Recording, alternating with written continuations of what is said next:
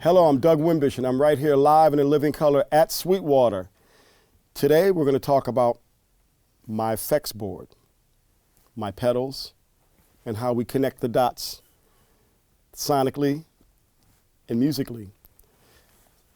First of all, I'll start off with the signal chain going from one pedal to another pedal to another pedal, all the way down the line. This is how my stuff's connected. Coming out of my bass, using a great cable by Astero, the signal chain starts by going into a bass driver, DI. I happen to be using the Synth amp right now. What this pedal gives me the capabilities of doing is dialing up the frequency, the sonics, and the sound that I could use for any particular, that I could use with any particular bass. So if I have a passive bass or an active bass, this bass driver gives me the capabilities of being able to change the sound, the sonics, and the frequency easy and effortlessly to give me the tone that I need. This pedal, the Synth amp, the bass driver DI that I'm using, is the principal pedal in my pedal board because this is the one that stays on all the time. So life starts here, starting with the Synth amp and the bass driver. So if you have a pedal or something similar like that, you can do the same thing. Next goes out of my bass driver pedal, and it goes into a distortion pedal. I happen to be using a distortion by Pigtronics, but you can use any distortion pedal if you want to. And this particular pedal gives me the capabilities of working with 3 different frequencies of distortion: overdrive, fuzz, and Octavia, all of which have great capabilities. So I'll give you a little example. Bass with fuzz is great.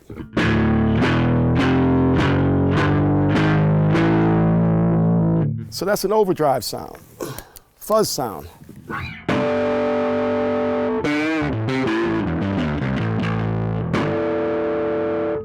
Good old Octavia sound.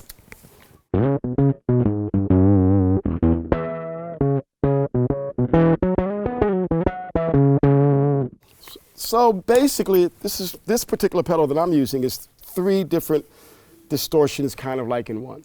So if you have an overdrive pedal or a fuzz or an Octavia, you're going to be right in there with it. You're going to be able to get these sounds. Next, I'm using a synthesizer. It's called the Mothership 2. Great pedal. Good sound.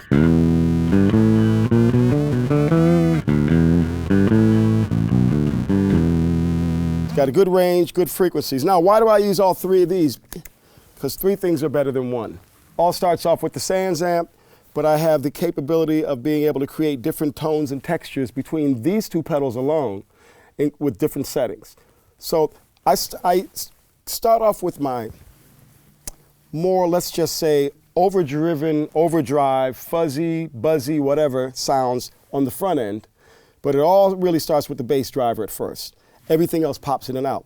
So between these 3 pedals, I can get many different character tones and sounds, which is great. Easy to control and a lot of fun to play around with. So for all you folks out there, if you're in the world of fuzz, go for it. So I start off with things that are noisy from the top end at the beginning. Then I go into, let's just say, my bendier sounds and bendier pedals.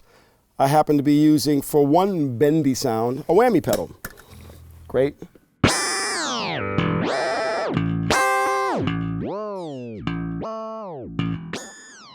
So that's really cool because this has a lot of different settings and it gives me the capabilities of being able to just, like what it's doing, bend the sounds around a little bit. A lot of fun. And then if I'm also adding distortion to it, now I have...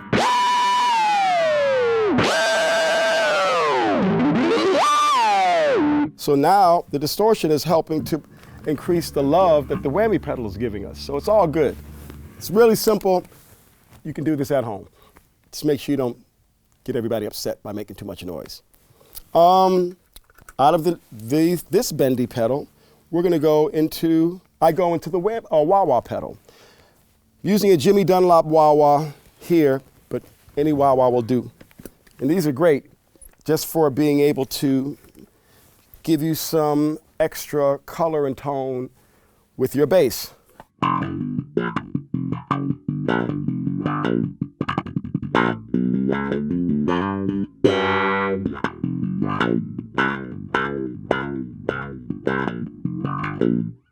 Can't go wrong with a wah-wah pedal. That's why there's some of the, this is like one of the earliest pedals you can get. They've been around for years and years. And why have they been around that long? Because they sound great. So a good wah-wah pedal is what I like to have. Sans amp, distortion, fuzz, synthesizer, whammy, and wah. If you turn the distortion on and you're playing the wah-wah, it's going to even sound even better.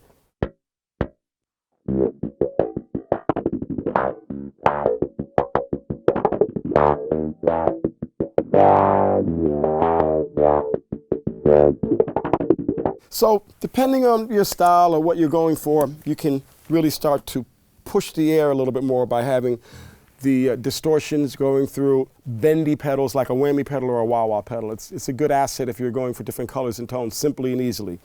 Out of that, now starts the real colors. Now we start to get into what, flangers and phasers. So here's a flanger pedal that I'm using. Lot of great flangers, phasers, chorus pedals, tons of them out there.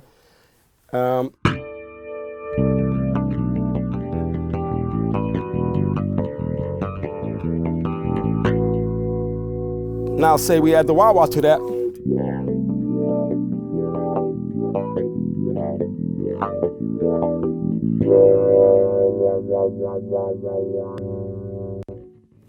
So there's a quick little clip of what the flanger sounds like, and I can also get chorusing out of this and going through a wah-wah pedal, and of course we can always put those through the distortion and a whammy pedal as well. Next, this flanger goes into an envelope filter. I happen to be using a DOD envelope filter, but many great envelope filters out there. Thing I like about envelope filters is I could sound like Bootsy a little bit. and it's a lot of fun. Thank you, Bootsy.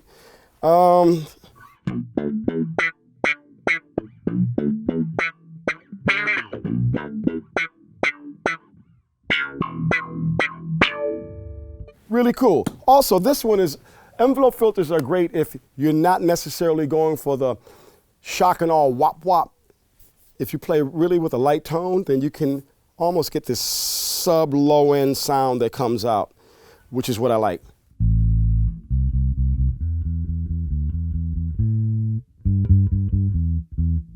With a soft touch, you're able to get a subharmonic note before the actual envelope is triggered. So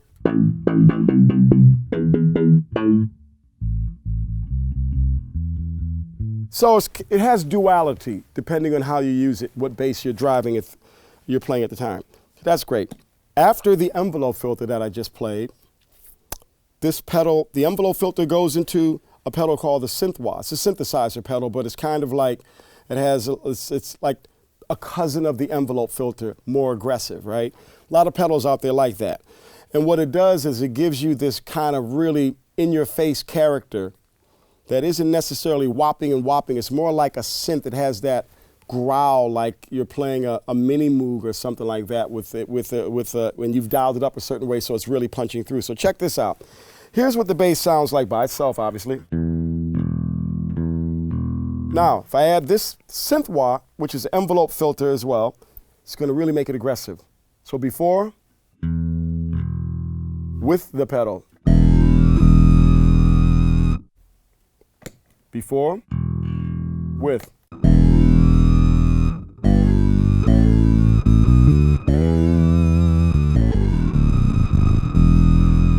So it translates differently, it has a different shape of the note, but it's also, in my opinion, very good and useful when you're in a band, you have a drummer, he's got double bass drum pedals going on, he's really kicking in, the guitar player's screaming, and you feel like you're in a battle and everybody else has a Uzi and you have a Cub Scout knife. Well, now you have a Uzi with this pedal right here. You can pop in and pop right back out.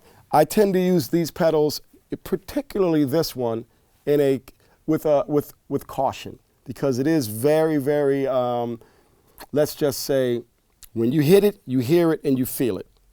So if you hear it big there, it's going to really be big coming through your amplifier or at a gig. So that's, again, you know, so now we're going through the whole chain. Fuzzy buzzy stuff here, some bendy things here, a flanger, 2 different types of envelope filters, okay? The next pedal I use is a ring modulator. Check this out.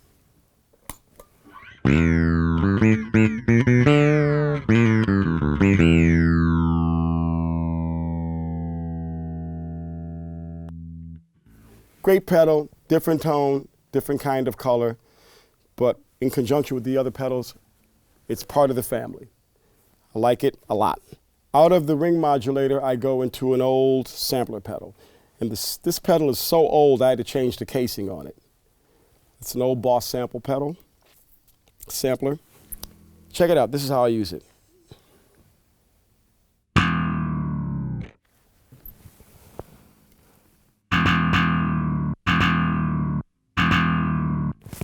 So for certain things, you can actually sample a quick 800 milliseconds of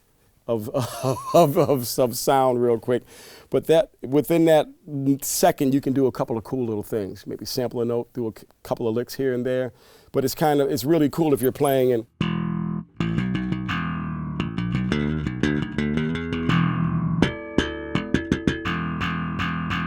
stuff like that. So it's kind of really cool to be able to have duality going on. You can hit some notes, it can hit some notes. Play a little bit more, it plays some. Really cool. The next pedal I have in the chain is a digital delay pedal. And it's a simple delay pedal. I'm using an old Boss digital delay DD3. But I happen to like this pedal because it has a hole switch on it. So I can actually hit a note.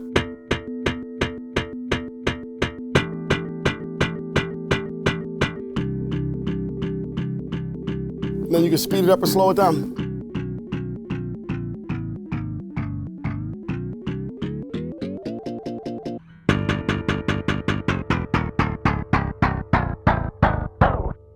What's great is the pedal right before, the sampler pedal, you can hit that, and then you could hold it with this one.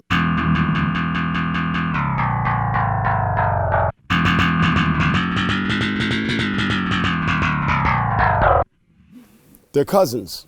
They work great together. Don't leave home without it. So far, we've been in a mono world. Again, starting off with my bass driver, distortion, bit of a synth, the bendy stuff, whammy, wah, some more colors, flanger, our wop-wops, envelope filter, the real crazy one, envelope filter that will blow your stuff up, ring modulator, sampler, digital delay. I used the hole switch on it. This is all mono. Now we're going to swing all the way out of here, and then from this part out of the board, we're in stereo. So we're dealing in it. So my pedal board is almost like an analog front end to a certain degree, digital front end on the backside. It's kind of what's going on. That's kind of the vibe of what's going on. So check this out. Out of the digital delay, we're going to go into an Eventide H9. And what these pedals do is a little bit of everything. They're extreme studio quality. As you know, Eventide is a great company. Been making great processors for years, effects processors. This pedal, or these pedals, which I have 4 of them, basically do a little bit of everything. They have phasers, flangers, envelope filters, reverbs, tremolo. So realistically, this pedal I can replicate almost everything on my pedal board. This pedal. That's why I have 4 of them, because I like them. What's great about it is there's stereo in and stereo out.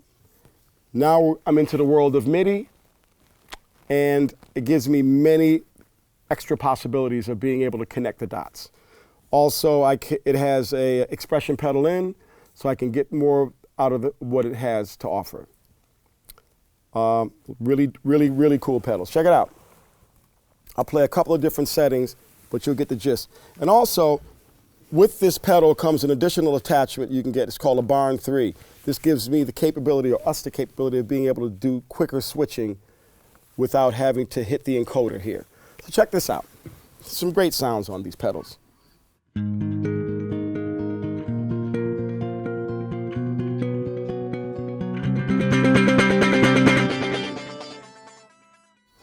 Great sounds. Another one.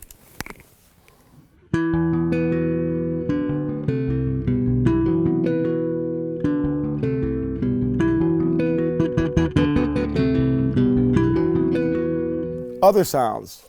Check this one out. Really heavy low end.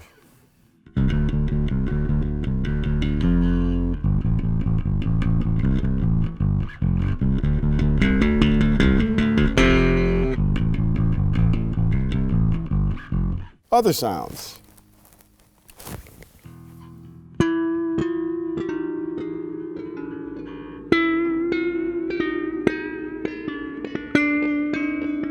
Crazy. Straight delay.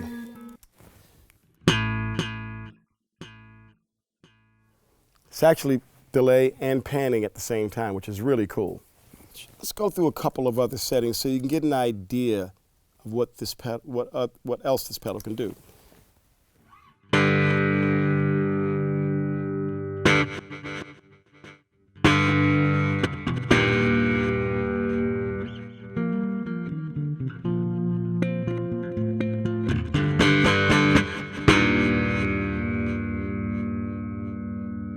Here's another sound. Let's check out some reverbs.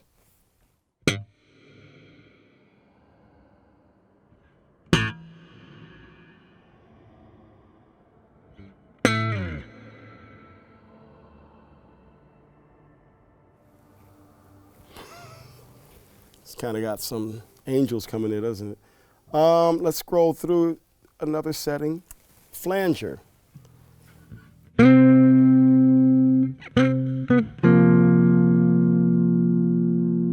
Good thing about this pedal is you can quickly increase the level of your sound with the encoder.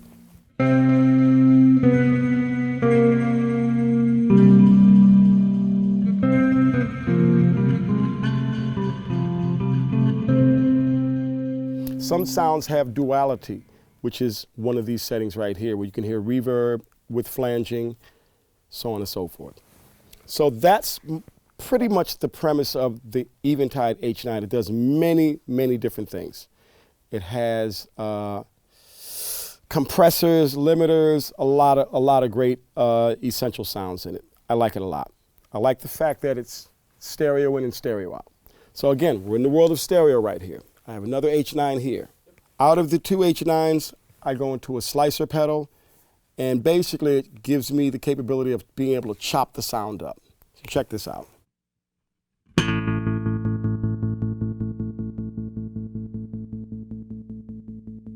Now, it also has a way and means to actually increase the speed or slow the speed down by tapping on one of the actual pedals. So check this out.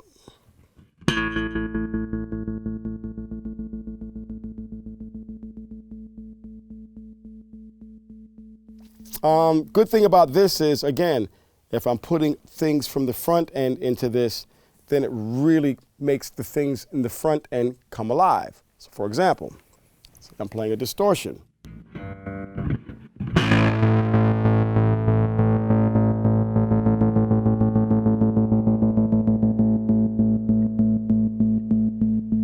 So depending on what you're pumping into it, it's going to slice it up a little bit, and the sky's the limit. There's many different things you can do with the combinations, but the slicer pedal has great assets with giving you space for the notes that you're spitting out, and it really resonates and pops out when you're playing live.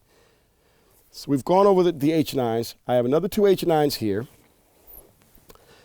and pretty much I kind of have the same settings on all the H9s to give me clarity on how to actually remember where everything is at. Okay, lastly we have a looper pedal, and I happen to be using an infinity looper. It's, like a lot of loopers that are out there right now, this is this pretty much has the standard feature where you can loop. But I can actually do, you can do two loops at the same time, and this pedal's pretty deep. There's a lot of things you can do with this particular pedal. I'm using it in a very simple form, just kind of like,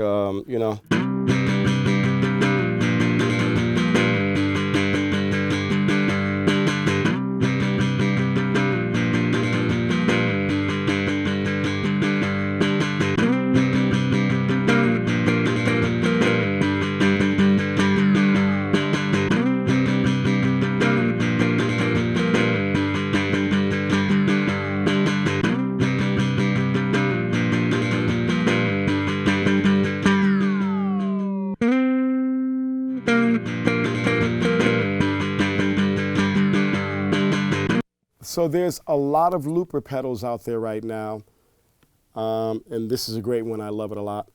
Out of the looper pedal, I go into a stereo volume pedal.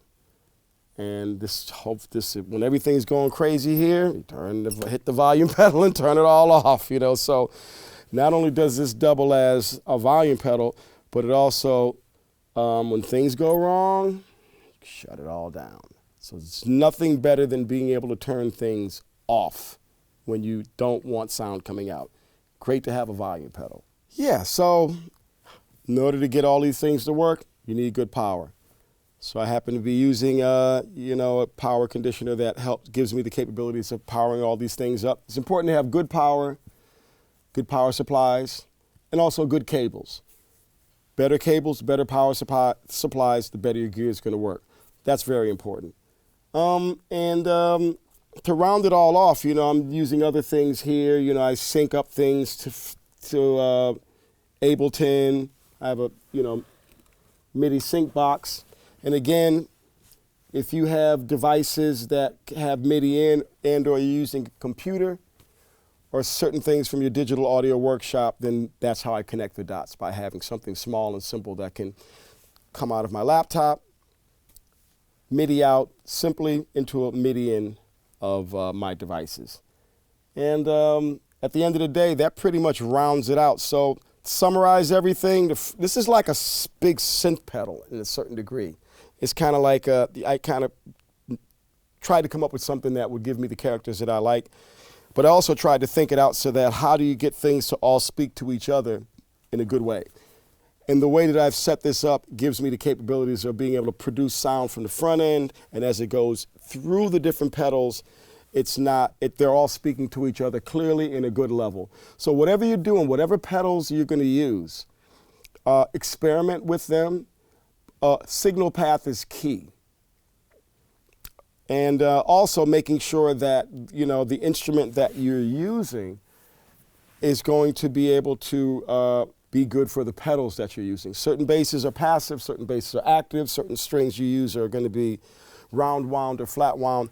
Your devices are going to respond differently based on the strings, the pickups, and the cables and the power. So it's very important to try to pay attention to everything that's going on. And most importantly, just have fun. As us bass players, there's so many great sounds and great devices that we have that are accessible to us. So most importantly, have fun, make some great music, and I'll see you on the other side of the groove.